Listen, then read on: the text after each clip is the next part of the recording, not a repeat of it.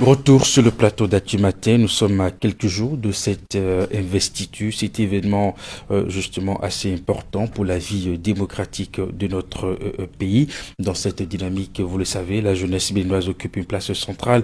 Elle représente l'énergie, l'espérance, mais aussi l'exigence d'un nouveau souffle dans la conduite des affaires publiques. Qu'attend véritablement cette jeunesse du prochain président de la République? Quelles priorités souhaite-t-elle voir au cœur de l'action gouvernementale? On en parle justement maintenant avec nos invités. Serge Serrois, vous êtes jeune leader. Merci vraiment d'être avec nous ce matin. Au plaisir. Et puis en face de vous, Madame Taïwo Yvette, chef d'entreprise. Mais ce que vous avez aussi en commun, c'est que vous êtes tous militants justement dans les formations politiques. C'est pas ce qui nous intéresse justement. Je vais commencer par Madame Taïwo Yvette. Dites-nous, en tant que jeune entrepreneur et actrice politique, quel regard portez-vous sur la place accordée aujourd'hui à la jeunesse dans les décisions politiques au Bénin? Merci beaucoup, Monsieur Eric. Alors, aujourd'hui, en tant que jeunes, nous pensons qu'il y a encore beaucoup à faire en matière d'entrepreneuriat pour accompagner les jeunes entrepreneurs. Que ce soit au niveau de l'accompagnement financier, que ce soit au niveau des formations, plus de formations. C'est vrai qu'il y a des formations qui sont organisées, des cohortes pour pouvoir sensibiliser les jeunes chefs d'entreprise, mais les allègements fiscaux également, très importants. Parce que imaginez-vous aujourd'hui en tant que jeune, vous lancez dans l'entrepreneuriat avec tout ce qu'il y a comme taxes, les fiscalités auxquelles votre entreprise doit faire face. Si vous n'avez pas le marché comme il le faut, vous fermez très vite. Alors aujourd'hui, je pense que le gouvernement, ce que les jeunes entrepreneurs entendent de ce prochain gouvernement, de notre président élu qui va prêter serment bientôt, c'est déjà un système mis en place qui permet d'avoir un allègement fiscal. Pourquoi pas aller sur un truc de 3 ans pour les jeunes entreprises qui viennent de débuter, afin de leur permettre de pouvoir atteindre un certain seuil avant de pouvoir être maturité dans l'entreprise. Une certaine maturité, voilà, avant de pouvoir commencer à être soumis aux mêmes obligations fiscales que les autres entreprises. On parle également de mentorat. On a aujourd'hui une zone économique qu'on salue, telle que la GDIZ. Mais vous ne pouvez pas être jeune entrepreneur aujourd'hui et rêver de pouvoir travailler auprès justement des grandes entreprises justement qui sont dans ces zones. Pourquoi ne pas installer un hub justement au sein de la GDIZ aujourd'hui où les jeunes entrepreneurs classés par secteur pourront apprendre aux côtés de ces industries et pouvoir justement aller à cette école-là afin non seulement d'améliorer la qualité de tout ce qui est produit, que ce soit produit service ou production agroalimentaire ou tout ce que nous voulons, et pouvoir améliorer ainsi le rendement et rendre les produits pouvoir être exportables en répondant aux normes internationales. Je reviens également il y a un problème très important également, c'est le problème de mise sur le marché. Il faut qu'on puisse revoir, comme je parlais d'Europe tout à l'heure, quand nous sommes dans le secteur agroalimentaire, si par exemple je prends la production de jus, pourquoi ne pas créer un centre qui répond à toutes les normes justement? Et on peut permettre aux jeunes entrepreneurs qui veulent rentrer dans la transformation agroalimentaire de payer un forfait afin de pouvoir produire dans ce centre, et tout produit qui sort de là est automatiquement certifié, a automatiquement l'autorisation de mise sur le marché. C'est autant de choses aujourd'hui que la jeunesse entrepreneur, les jeunes entrepreneurs attendent en fait de ce gouvernement en se disant que oui, nous sommes là, nous avons écouté vos cris de cœur, nous connaissons vos réalités et nous sommes là, nous avons mis en place un système pour vraiment vous accompagner et permettre l'émergence de la jeunesse entrepreneur. Parce qu'on nous a bien dit qu'on veut des jeunes champions, qu'on veut des jeunes, on veut promouvoir l'innovation. Donc, promouvoir l'innovation, avoir des jeunes champions, c'est commencer déjà par leur permettre d'être de mettre en place un environnement qui leur permette de pouvoir vraiment évoluer. Parfait. Vous êtes allé directement sur la question qui vous intéresse en tant que chef d'entreprise.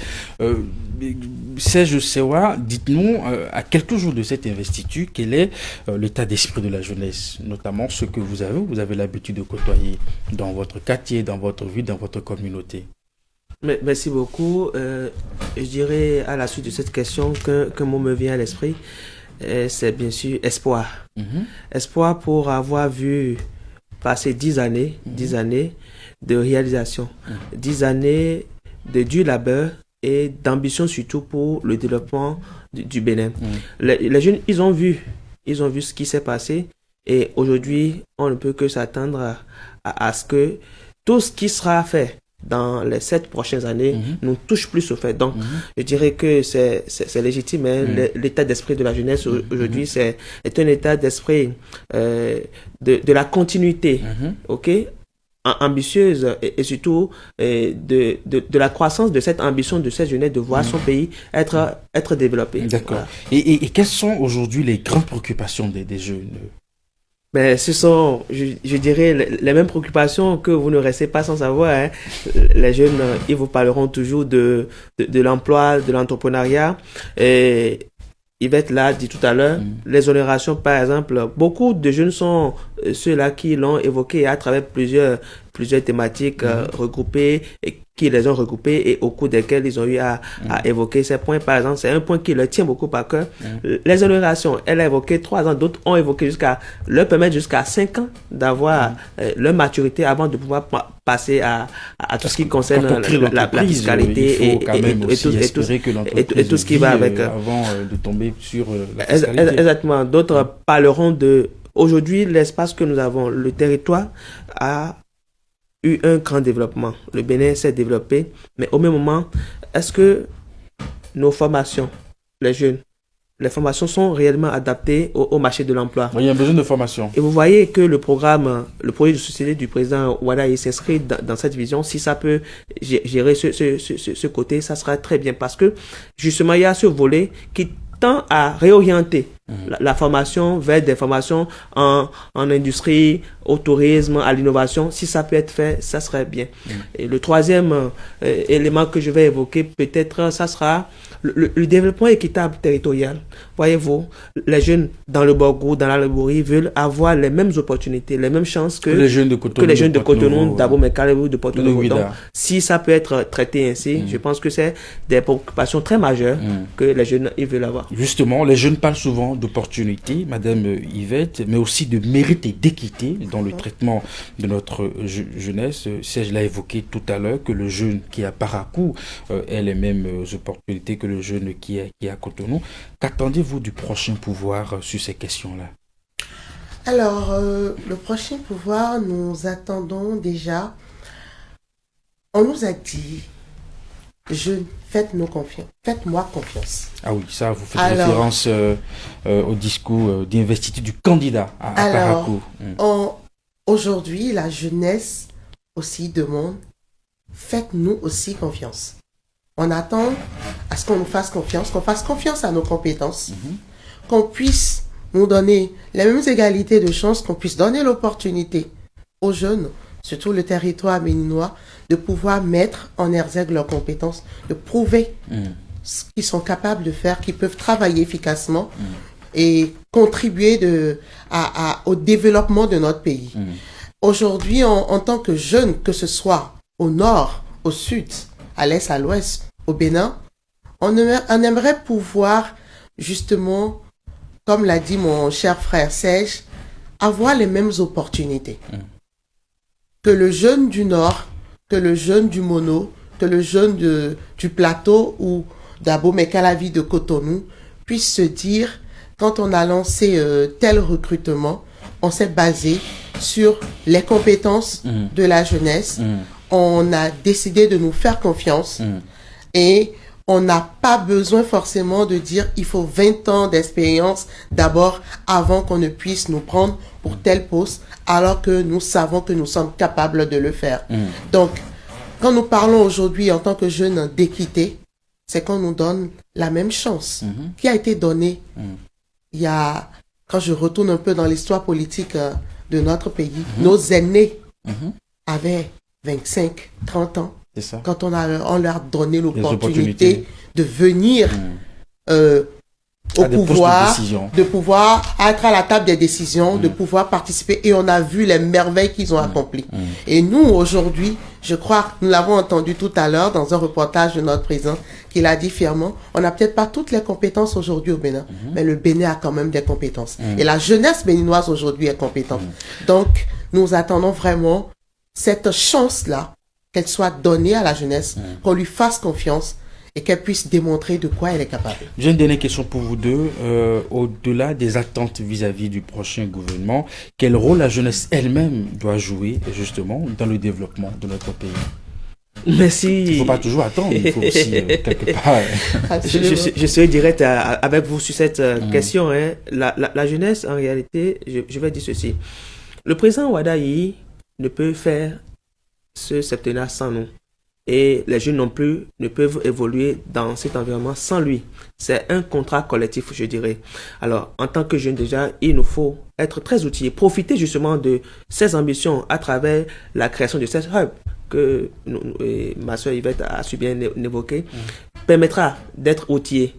La jeunesse doit pouvoir s'outiller et jouir pleinement de ces instances, de ces pôles qui seront créés et les mettre à profit à fond. La deuxième chose que je pourrais aussi évoquer en tant que jeune, c'est de pouvoir être vraiment intègre et responsable dans tout ce que nous aurons à faire. Parce que plus nous serons... Le gouvernement a déjà en charge tout ce que nous pouvons constater, hein, l'intégrité, la responsabilité, la gouvernance, tout ce que nous pouvons savoir. Mais à nous, à notre niveau aussi, nous devrions être en mesure de pouvoir démontrer que si le haut est bien ancré ainsi, le bas aussi doit pouvoir l'être afin que ça puisse nous apporter un plus. On ne peut rester sans compétences et pour pouvoir penser à ce développement de notre pays. Rapidement. Alors, moi, ce que je vais dire, c'est simple, jeunes, nous n'attendons pas forcément qu'on nous tende la main.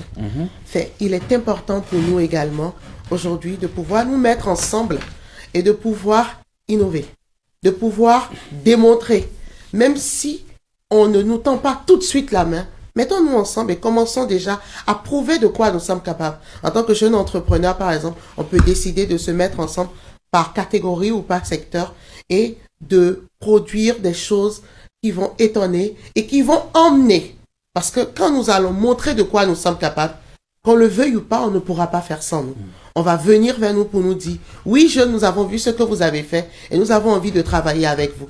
Donc, c'est vrai que nous demandons qu'on puisse faire avec nous, mais nous n'attendrons pas forcément la main tendue. Nous allons travailler à démontrer de quoi nous sommes capables, à montrer nos compétences, qu'on puisse ne pas faire ce prochain septennat sans nos jeunes. Merci à vous, Madame Tayo Yvette. Merci aussi à vous, cher ami Serge Serrois. Je vous souhaite une très bonne journée. Nous aurons encore l'occasion de revenir sur d'autres thématiques qui concernent la jeunesse et le rôle de la jeunesse dans la gouvernance qui va s'installer d'ici quelques jours. Très bonne journée à vous. Au plaisir. Ce matin se poursuit. Je vous reviens dans un instant.